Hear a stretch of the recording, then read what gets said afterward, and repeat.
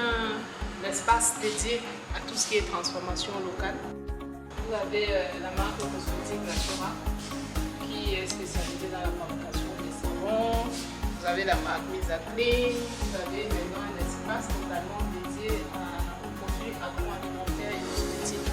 Donc, FG10 Corporation a trois départements.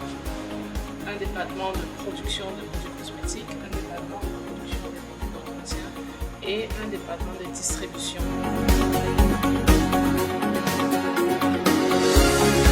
Ici, vous avez du cola, vous avez du citron, vous avez de l'oseille et du citron, c'est un mix.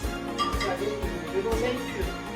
Là, vous avez un mélange de menthe et de citron, vous avez du gingembre, ici.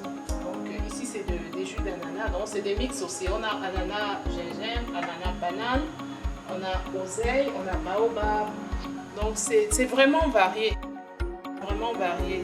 Aujourd'hui, quelqu'un qui rentre dans notre point de vente et qui a besoin de faire son marché, comme on dit communément, il va se retrouver. S'il veut du café, il va trouver. S'il veut des poissons chauds, il va trouver de l'huile pour la cuisson, de la pâte d'arachide, des épices, vraiment des farines. Il se retrouve. S'il veut de la pâte à tartiner pour les enfants, s'il veut des produits de bain, il a du savon, il a des laits de toilette. On se retrouve aujourd'hui, mais essentiellement avec les marques locales.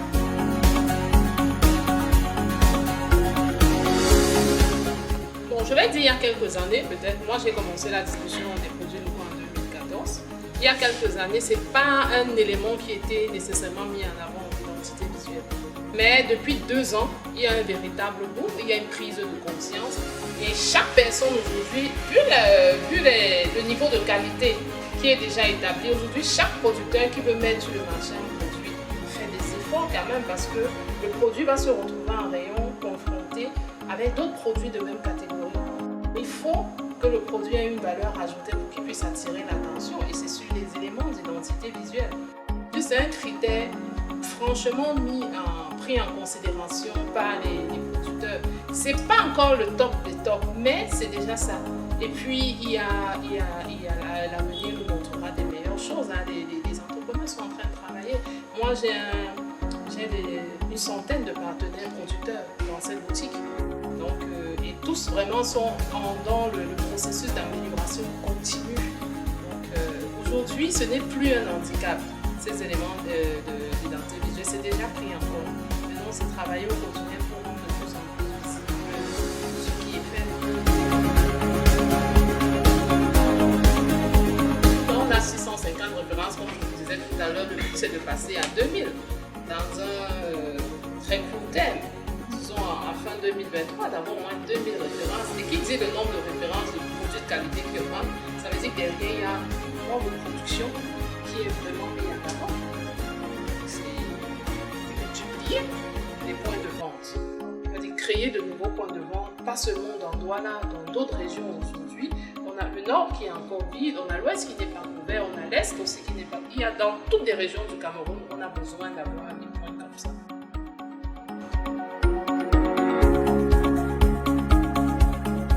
Vous êtes déjà producteur, vous venez avec le produit physique, on l'étudie, on fait un test, on le goûte, si c'est un produit à consommer, on va le goûter, si c'est un produit à utiliser sur la peau, on va le tester. Maintenant, on regarde aussi le packaging. Et l'idéal serait être une société aussi formalisée qui existe formellement et voilà.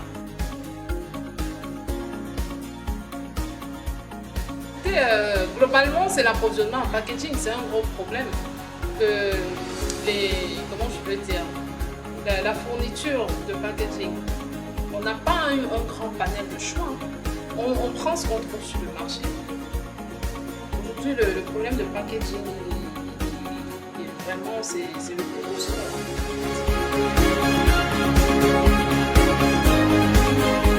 Bon, là, peut-être parce que, c'est pour ça que je dis, il faut prendre en compte les deux variantes qu'on compare.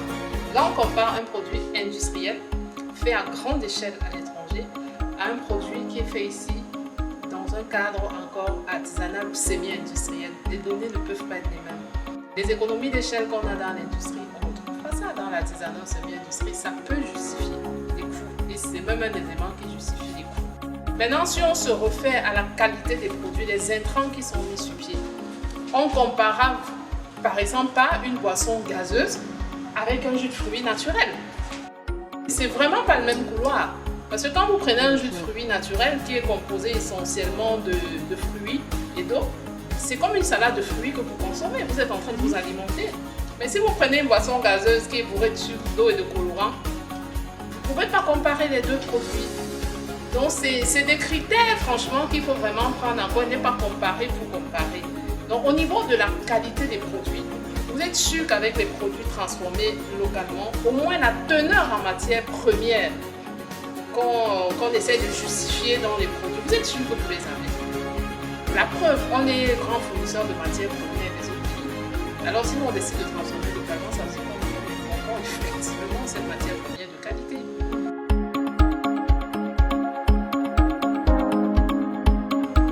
Il y a quelques temps, il n'était pas informé déjà de ce qu'on produisait effectivement des produits dans différents domaines.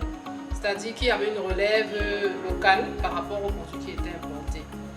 De deux, c'est parce qu'il n'y avait pas de points agréés. Aujourd'hui, sur le territoire national, que ce soit sur Douala comme Yaoundé, vous avez de plus en plus de points, de boutiques spécialisées comme FG Deals, où nous sommes aujourd'hui, qui proposent, où les gens ont la possibilité de venir toucher du doigt ce qui est fabriqué localement. Et ça, c'est un plus. Il y a 2 ou 3 ans, on n'avait pas ça. Donc, aujourd'hui, sur les réseaux sociaux, il y a toute une communication digitale qui est faite vraiment pour vulgariser, pour montrer aux gens, voilà aujourd'hui ce qui se passe localement. C'est vrai que sur le plan institutionnel, on n'a pas encore une communication vraiment institutionnelle, c'est-à-dire portée par le gouvernement qui dit, voilà aujourd'hui ce que les Camerounais font.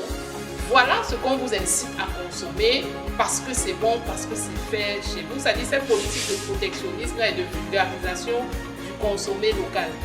Voyez un peu, c'est encore timide. Je ne veux pas dire que ça n'existe pas, c'est encore timide. Mais les initiatives privées, comme celle que moi j'ai prise de rendre visible au maximum, le maximum de marques transformées localement, sont de plus en plus mises sur pied. Donc aujourd'hui, on ne peut plus dire qu'il n'y a rien. Tout Camerounais aujourd'hui connecté sur les réseaux sociaux, voit au moins 1 ou 2 produits locaux passés par jour. Moi, au début, il y a toujours une niche. Il y a toujours une niche. Et moi, je ne vais pas rentrer dans ce débat de prix. Parce que quand le Camerounais veut s'acheter sa casquette ou bien son t-shirt Ralph Lauren, il ne s'interroge pas sur le prix. Quand il veut s'acheter sa chaussure Weston, ce n'est pas un problème de prix. Et les Camerounais sont réputés consommateurs de marques. Vous n'avez qu'à sortir marché, regarder le nombre de marques de luxe étrangères que les gens mettent. Mais à ce moment, ce n'est plus le prix. Donc, c'est un problème, je crois. Il faut changer simplement de paradigme, de perception des choses. Si on veut consommer local, on va consommer localement. Naturellement, aujourd'hui, beaucoup, et c'est aussi une initiative de l'État, on est porté dans beaucoup de programmes qui accompagnent les entrepreneurs locaux dans les normes de qualité.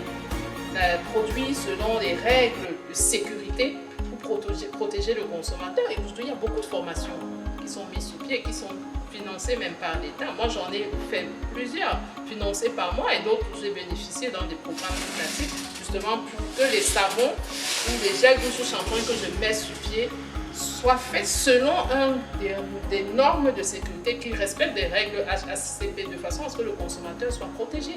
Il ne faudrait pas qu'un consommateur utilise mon savon, après il vient me dire ma peau a été brûlée. Non. On fait très attention et beaucoup d'entrepreneurs, la majorité qui sont ici, ils font attention. On s'est retrouvés à être dans les mêmes programmes. C'est de le faire avec sérieux, de sécuriser, c'est-à-dire dans le processus de fabrication, vraiment de sécuriser le consommateur en respectant les normes de qualité et aussi en prenant en compte les éléments de marketing, comment je vais dire ça, en réalisant que les aspects marketing sont tellement importants qu'il ne suffit pas de maîtriser sa technique. On dit je produis ci, mon produit est le plus beau, il est le plus merveilleux, mais c'est faire connaître au monde entier. Comment faire connaître au monde entier que mon produit, il est le plus bon, il est le meilleur. C'est ça maintenant les éléments marketing qui rentrent en jeu et qui vont mettre le produit en avant. C'est intéressant, c'est pour ça que je parlais franchement du capital confiance, des attitudes qu'on a, des attitudes, parce que les attitudes qu'on a peuvent nous faire passer à côté de beaucoup d'opportunités, même si on a le meilleur produit au monde. Vous voyez, c'est un peu comme si dans une équipe, vous avez plusieurs collaborateurs qui travaillent. Il y en a peut-être un qui est très fort techniquement, mais qui a un comportement qui déstabilise le bien-être et la stabilité de l'équipe. Vous serez obligé de vous défaire de lui pour maintenir une certaine stabilité dans votre entreprise. Pourtant, sur le plan technique, c'est une ressource performante. Et donc, un problème d'attitude peut créer beaucoup de problèmes. Il faut en être conscient. Bon, jeune entrepreneur, un message, qu'est-ce qu'on va dire, c'est des choses connues, hein. Déjà, prendre au sérieux ce qu'on fait. Si on a décidé de rentrer dans la production, de mettre sur pied les produits qui vont répondre aux besoins des consommateurs, mais travailler avec des professionnels et ne pas perdre l'aspect formel. Vraiment, si on se prend au sérieux, on met sur pied une entreprise qui va recruter des Camerounais, qui vont travailler et qui, sur le plan légal, quand même dans le pays dans lequel on vit, on sera en phase avec tout ce qui est légalité. Et beaucoup travailler ces attitudes, hein, parce que quand on est entrepreneur, notre personne est très engagée dans ce qu'on fait. Donc travailler un capital confiance vis-à-vis de sa personne et des différentes interfaces de personnes auxquelles on sera confronté, que franchement on puisse avoir une attitude, des attitudes et une image qui ne viennent pas biaiser la qualité de nos produits. Ça, c'est très